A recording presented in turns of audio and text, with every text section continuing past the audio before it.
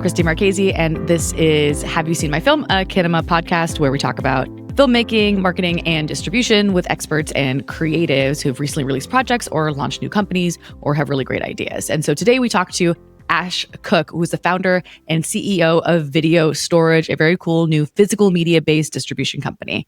Ash spent almost a decade as the features programmer at the Sundance Film Festival, so he has seen like tens and tens of thousands of films and is currently serving as the festival director of the San Francisco Jewish Film Festival. He also has a bunch of other titles in the programming world at film festivals. So we will cover what video storage is, how to use video storage, what it works in your Windows strategy, and a little bit about film programming in general. So stay tuned. And we are here with Ash Cook, the founder and CEO of Video Store.age. Hi, Ash. Thanks for being here. Hey, and so stoked to talk to you and to your people.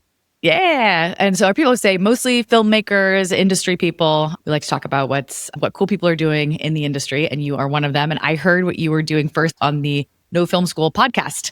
That was my introduction. I was like, I hadn't heard of Video Store.age yet, but I think it's because you had just launched. So on your site, you say you're self-described, or Video Store.age is self-described as an unconventional film distribution company. So can you tell us what exactly is Video Store.age and what makes it unconventional? Yes, perfect starting question and perfect chance to practice my elevator pitch. We're a new distributor, a new label. We just launched on February 5th. So we're fresh onto this scene. And we describe ourselves as unconventional because we're working in a way that no one else is in the space at the moment. We're focused completely on print rights, on physical media and live events. And I think for a lot of reasons, that is a nice provision both for our audiences and for our filmmakers. So we're circulating eclectic and exciting and hard to find films on our proprietary USB drives. It's like a one-to-one digital ownership model, much like a DVD, just in the present tense. Okay.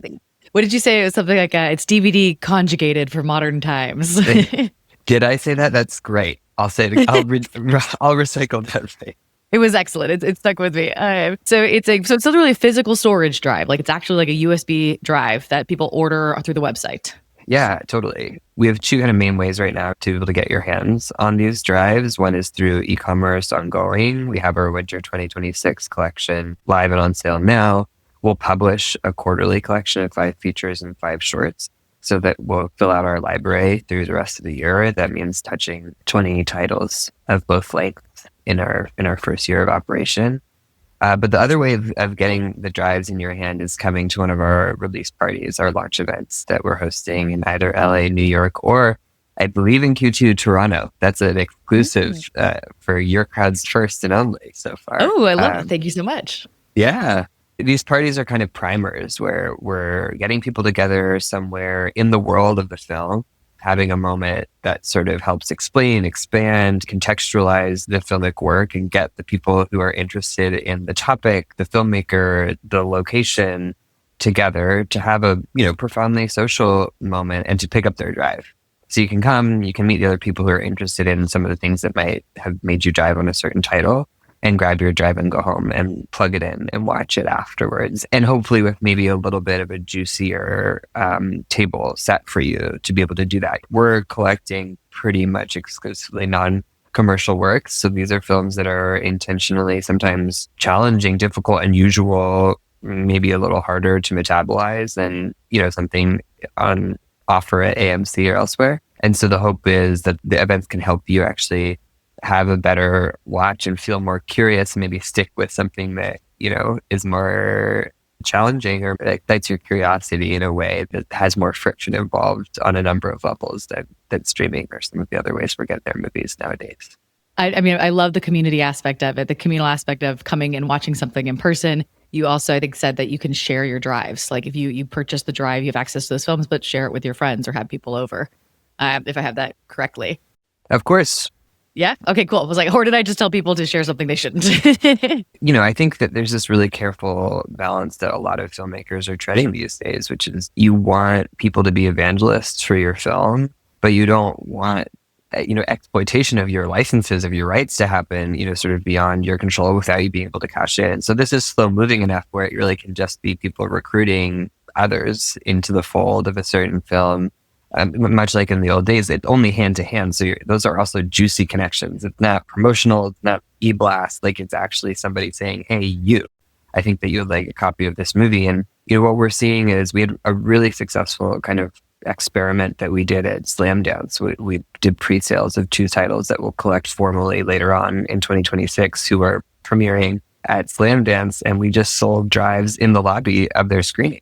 And how does that work? Were the physical drives there and then someone bought the drive and then they can reload it later when those films are available? No. They got a copy of the film that day. Yeah. How does that work from a rights perspective? Like, is it so the filmmakers, did they have a deal later on or were they just okay with, it's to your point, I like how you phrase this, slow moving enough that it's not too much at risk of losing an opportunity and they'll get more out of it from the word of mouth? Yeah, it's a number of things. For those releases specifically, we did word of mouth only and a very limited edition for the festival itself. So basically, it's that principle of, how many times have you seen a film at a festival that you've completely loved, and you're like, okay, I want to tell my brother about this, or my friend would love this. Okay, I guess I'll tell them in 18 months, maybe. That momentum dissipates so fast and you're really not able to do that. You're not even able to watch it again. You're walking out thinking, God, this is so ephemeral. This is a way to sort of capture that for filmmakers and allow them not to have to wait those long windows to really use their first evangelists that they've just met. These are the super fans. Yeah, these are the people who want to talk about it. And who are so stoked. Like the momentum is there because they were in the room with you. They were saying, this is like the birth of the film. Whoa, what can I do? How can I support the production? We split all of our profits 50-50 with artists. So there was a lot of that feeling of like, oh, I just want to support these kids. Like, who made this? This is great. And we did a limited edition for the festival only. So a small run, a small cut, a small number. So it wasn't a commercial release. So it's technically not really a exploitation of the size that would be a kerfuffle for anyone. And generally speaking, that's also how our agreements are inked. What we're looking at are print rights only, which not too many people care about. I was going to ask you about that. What rights are these? Because compared to DVD, so it's home video. Is it not home video? Okay. Mm-hmm.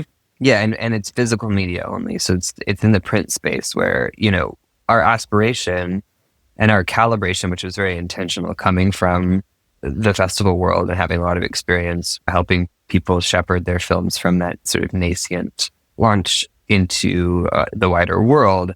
We wanted our opportunity to be one that could be harmonious with a constellation of other distribution opportunities, knowing that we don't want to put any filmmaker in this landscape in a position where they would have to say no to anything else to say yes to us. And it can really fit in parallel and harmony alongside almost any other part of a film's life cycle. So, those are films that we are working with from the jump. And then we also have titles in our library that are older and have had different behaviors and experiences out in the circuit. So it's meant to be low impact on other opportunities. Although I hope as we grow, we can prove more and more that we're kind of a hot stop to just do the darn thing together. And then be flexible and fungible to meet a lot of different needs. And each campaign is quite bespoke. So that's true about the editorial and that's true about the rights exploitation.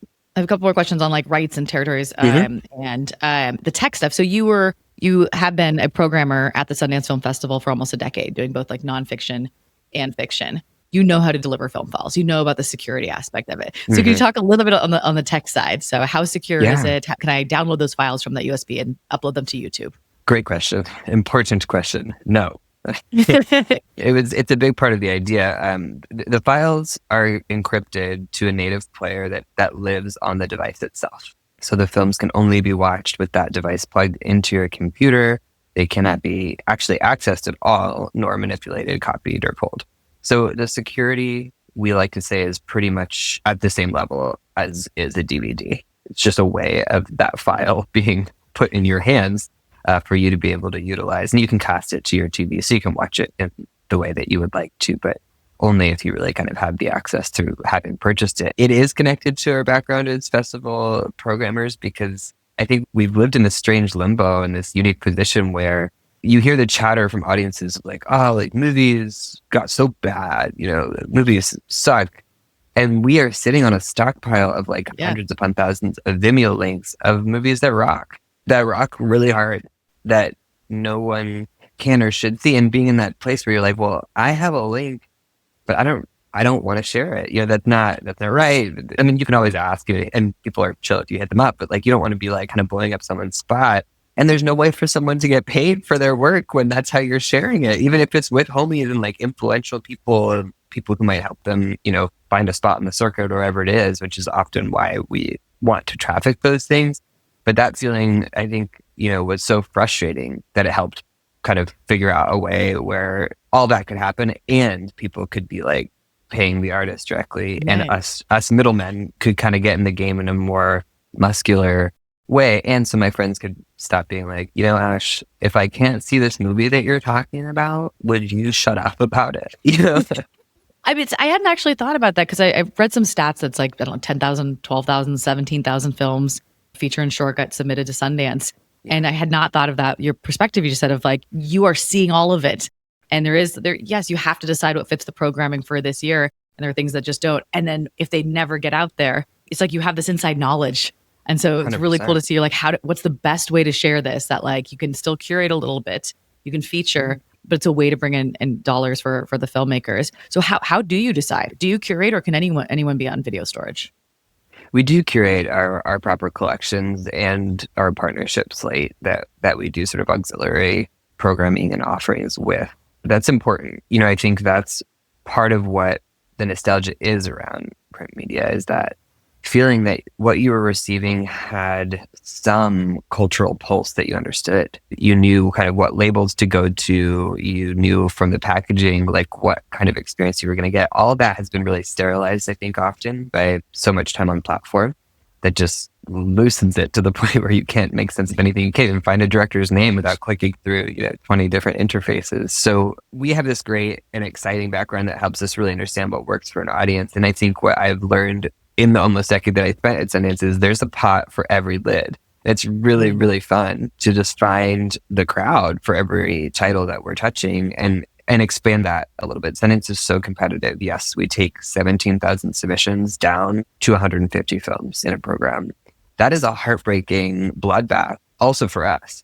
You're in a position so often that you have found a film, discovered something that you love, advocated and fought so hard for it, and lost the fight because it has to happen. I mean, you're splitting hairs. So we're not in a position where we could play every great or even good movie that we've seen. And so through the year, most programmers do a lot of work behind the scenes trying to advocate for, the films that you fell in love with. And that's all invisible. Sometimes you don't even know the filmmaker. They don't know that you're out there. Like, right. They have no idea you're doing that work for them. Yeah. And what's been so gratifying already about video storage and, the sort of grief that we have about how that affects a film's trajectory obviously applies to the films that we don't show. But sometimes the films that we show, we're like, I loved this. We showed it and it didn't really take off in the way that we wanted it to for sometimes a variety of reasons. So even in this first collection, the curatorial remit is broad purposely because we want to have a variety. But some of the organizing principles are, films that are bold, edgy, provocative, exciting, share our ethos of like true independent spirit, maybe a bootleg or a punk energy. And that can just be fit in a lot of different ways. So I think about like This Much We Know is in our Winter 2026 collection. That is literally the film that haunted me that I didn't show at Sundance that I loved so much. And it's such a beautiful full circle moment to have come back around. We just did their launch party in New York. We had this awesome conversation in the KGB Red Room where also Francis, the director, and I talked about this like long-term relationship that we had as like curator and artist and how we've found this really awesome, exciting new way to work together that's just so gratifying. And then on the other side of the scale, we're collecting Heightened Scrutiny by Sam Feder, which we showed at Sundance, world premiered at Sundance, and is a film that is critical of the New York Times and is really holding feet to flames in terms of how trans people have been covered in the American journalistic landscape. And so, yeah, the platforms that have vested interests in keeping that story as muted as possible are not going to platform that film. And so it's like an actual alternative, an actually independent channel. So we want people to come to our platform for like both the Reddit wormhole, cool, weird movie that's hard to find, or, if you're looking for films that feel like revolutionary materials circulating, you got to get a drive. I'm a huge fan. We think we have a similar like ethos on that of like, we have Heightened Scrutiny just came on. They're doing a 1 week run with us, which I'm very excited about. It's a great film. And yes, there are some great films that challenge institutions, and so therefore are going to have trouble getting picked up by institutions who work with other institutions. And one of the things we do at Kinema is try and give as much flexibility as possible, so we don't take any rights. Filmmakers maintain them, and so that's why I'm excited Sam can do a 1 week run. And you touched on this a bit. You know, how do you see video storage fitting into a release strategy, or what window does it make sense? I don't want to forget to say one more thing on the curation note is that we, from launch and forever, we have an open call for submissions. As programmers, we know like it's our job to know everybody, and we're always looking high and low.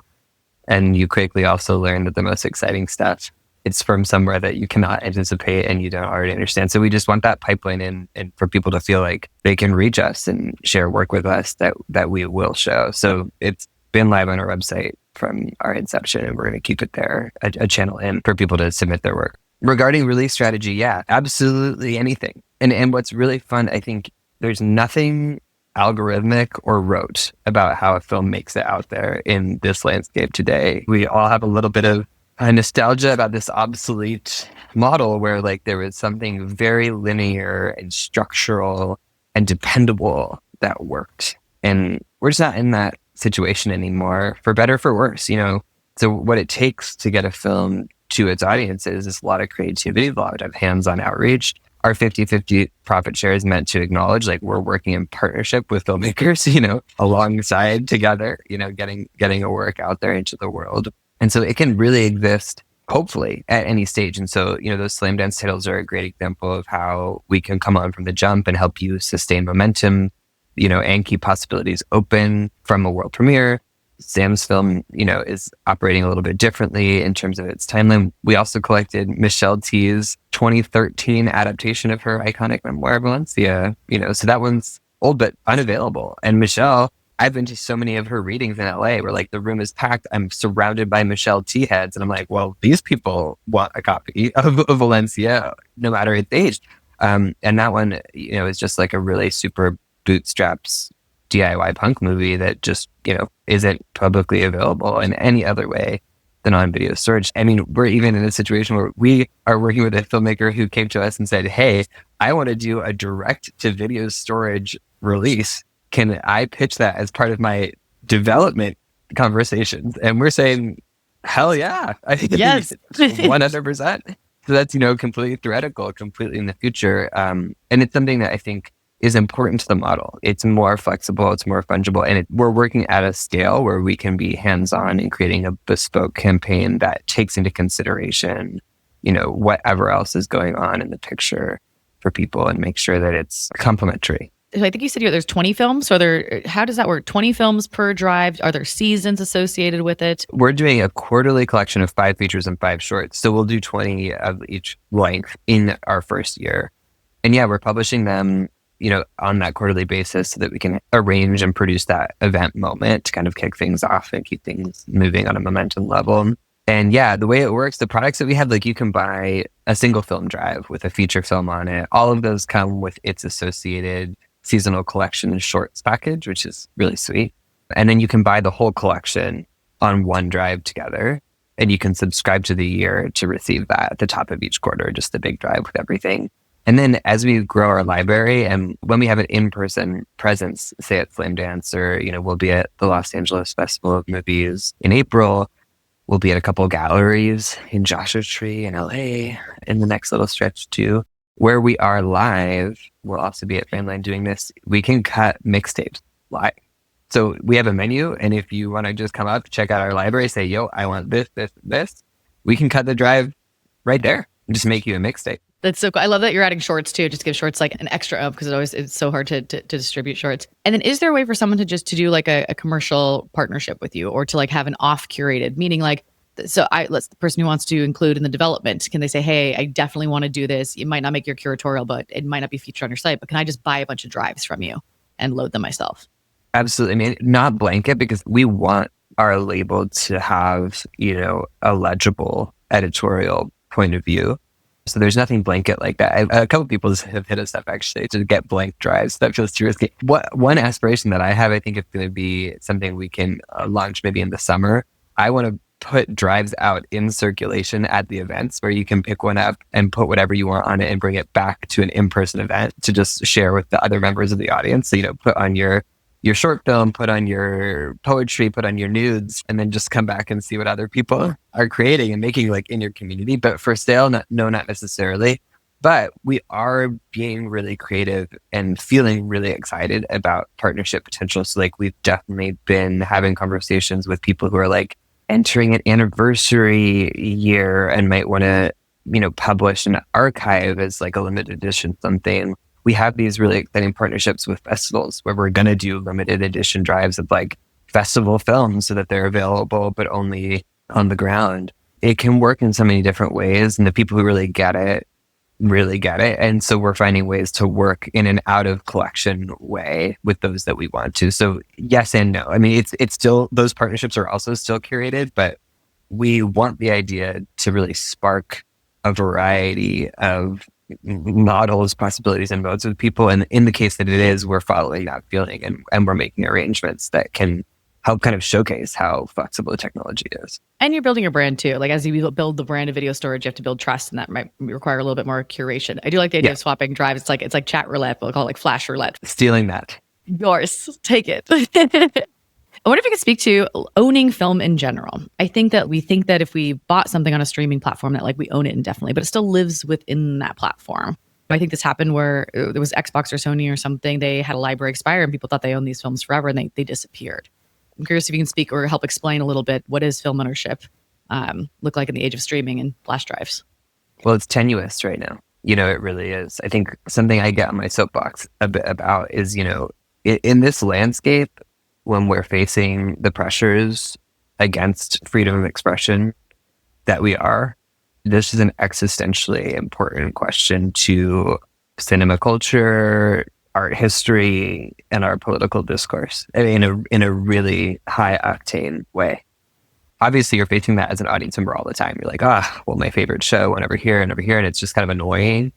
It's hard because we've been conditioned to feel like film doesn't cost anything. And that's good for films to be really widely accessible. Sure. But these are precious materials that take a lot of work and should be experienced as such. And so, our model is sort of meant to bring back into proportion a little bit more closely how precious these materials are and should feel to have and have forever and be able to repeat watch and share on that level while keeping it, relatively reasonable. But, when something becomes so cheap, you have to wonder what else is the product, and that product is you as an audience member, and you're being yanked around on purpose on the platforms. You're subscribing to this platform because it has your favorite show. And then the next week, the next one has it. Now you have two subscriptions, neither of which affords you the opportunity to watch what you want. So I think people are feeling that frustration, and it's what our business is meant to service partially. If you're a cinephile, like I think the streaming bubble at first was super exciting in the way it's exciting to be a kid in a candy shop.